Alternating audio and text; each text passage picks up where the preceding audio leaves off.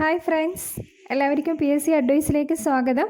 നമുക്ക് ഫിസിക്കൽ സയൻസിൽ കുറച്ച് ഫിസിക്സിനെ പറ്റി പഠിക്കാം.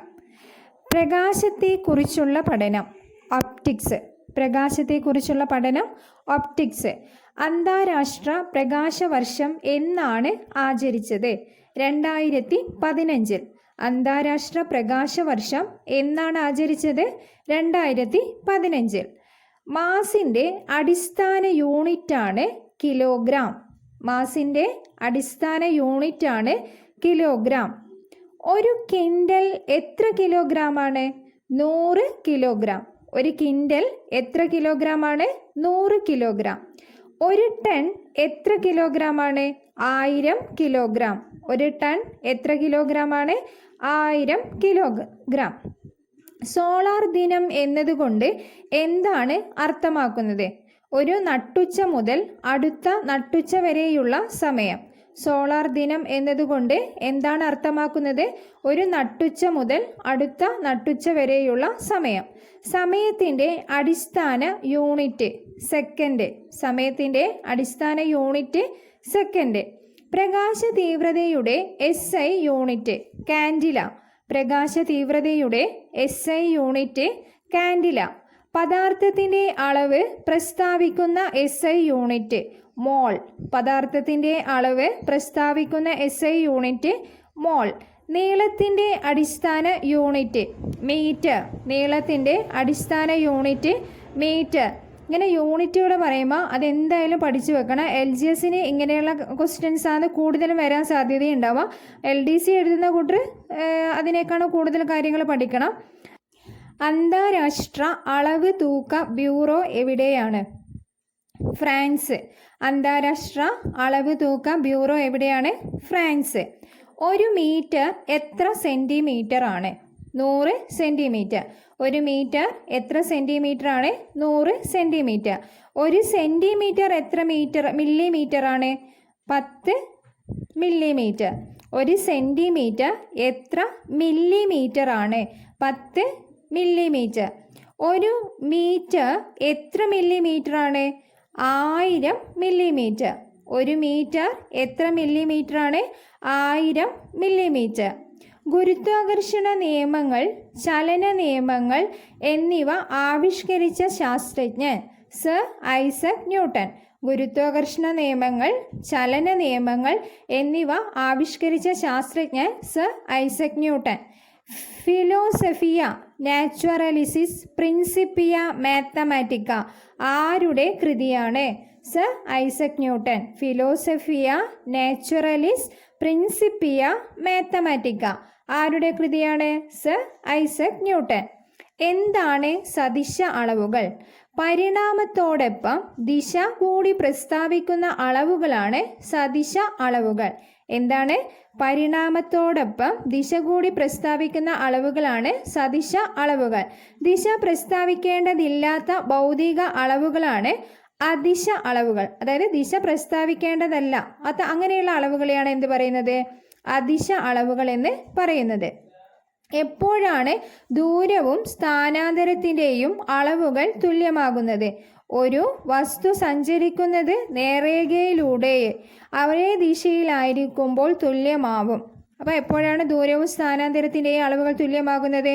ഒരു വസ്തു സഞ്ചരിക്കുന്നത് നേർരേഖയിലൂടെ ഒരേ ദിശയിലായിരിക്കുമ്പോൾ എന്താകും? തുല്യമാകും. ഒന്നുകൂടെ പറയാം. എപ്പോഴാണ് ദൂരവും സ്ഥാനാന്തരത്തിൻ്റെയും അളവുകൾ തുല്യമാകുന്നത് എന്ന്. ഒരു വസ്തു സഞ്ചരിക്കുന്നത് നേർരേഖയിലൂടെ ഒരേ ദിശയിലായിരിക്കുമ്പോഴാണ് എന്താകുന്നത്? തുല്യമാകുന്നത്. സദിശ അളവുകൾക്ക് ഉദാഹരണം ഏതെല്ലാം? സ്ഥാനാന്തരം, പ്രവേഗം, ബലം, ത്വരണം. ഈ ക്വസ്റ്റ്യനും അധികം LGS പോലെയുള്ള എക്സാമിന് ചോദിക്കാറുണ്ട്. താഴെ തന്നിരിക്കുന്നവയിൽ സദിശ അളവുകൾക്ക് ഉദാഹരണം ഏതാണ്? അപ്പോൾ സ്ഥാനാന്തരം, പ്രവേഗം, ബലം, ത്വരണം. അദിശ അളവുകൾക്ക് ഉദാഹരണം ഏതെല്ലാണ്? സമയം, പിണ്ഡം, ദൂരം, വിസ്തീർണം, വേഗത, പ്രവൃത്തി, വ്യാപ്തം, സാന്ദ്രത. എന്തെല്ലാണ് അദിശ അളവുകൾക്ക് ഉദാഹരണം? സമയം, പിണ്ഡം, ദൂരം, വിസ്തീർണം, വേഗത, പ്രവൃത്തി, വ്യാപ്തം, സാന്ദ്രത. അപ്പോൾ ഇതെല്ലാം എന്തിന് ഉദാഹരണമാണ്? അദിശ അളവുകൾക്ക് ഉദാഹരണം. അപ്പോൾ അധികം എങ്ങനെയാണ് ചോദിക്കുക? താഴെ തന്നിരിക്കുന്നവയിൽ അദിശ അളവുകൾ ഏതാണ്? ഇപ്പോൾ കുറച്ച് സദിശ അളവുകളും കൊടുക്കും, കുറച്ച് ഒന്നും അല്ലാത്തയും കൊടുക്കും, ഒരു അദിശ അളവും കൊടുക്കും. അപ്പം നമുക്കിത് അദിശ അളവ് ഏതാണ്, സദിശ അളവ് ഏതാണെന്ന് അറിയാൻ പറ്റണം. SI യൂണിറ്റ് സമ്പ്രദായത്തിലെ അടിസ്ഥാന അളവുകൾ എത്ര എണ്ണം? 7 എണ്ണം. SI യൂണിറ്റ് സമ്പ്രദായത്തിലെ അടിസ്ഥാന അളവുകൾ എത്ര എണ്ണം? 7 എണ്ണം. വിസ്തീർണത്തിൻ്റെ യൂണിറ്റ് മീറ്റർ സ്ക്വയർ. വിസ്തീർണത്തിൻ്റെ യൂണിറ്റ് എന്താണ്? Metre square. ഒരു വസ്തുവിൻ്റെ സാന്ദ്രത കണ്ടുപിടിക്കുന്നതിനുള്ള സമവാക്യം സാന്ദ്രത ഈക്വൽ ടു മാസ് ബൈ വ്യാപ്തം. ഒരു വസ്തുവിൻ്റെ സാന്ദ്രത കണ്ടുപിടിക്കുന്നതിനുള്ള സമവാക്യം എന്താണ്? സാന്ദ്രത ഈക്വൽ ടു മാസ് ബൈ വ്യാപ്തം. സാന്ദ്രതയുടെ യൂണിറ്റ് എന്താണ്? Kilogram metre cube. സാന്ദ്രതയുടെ യൂണിറ്റ് എന്താണ്? Kilogram metre cube. മർദ്ദം അളക്കാനുള്ള യൂണിറ്റ് പാസ്കൽ. മർദ്ദം അളക്കാനുള്ള യൂണിറ്റ് പാസ്കൽ. ബലം അളക്കാനുള്ള യൂണിറ്റ് ന്യൂട്ടൺ. ബലം അളക്കാനുള്ള യൂണിറ്റ് ന്യൂട്ടൺ. എന്താണ് സ്ഥാനാന്തരം?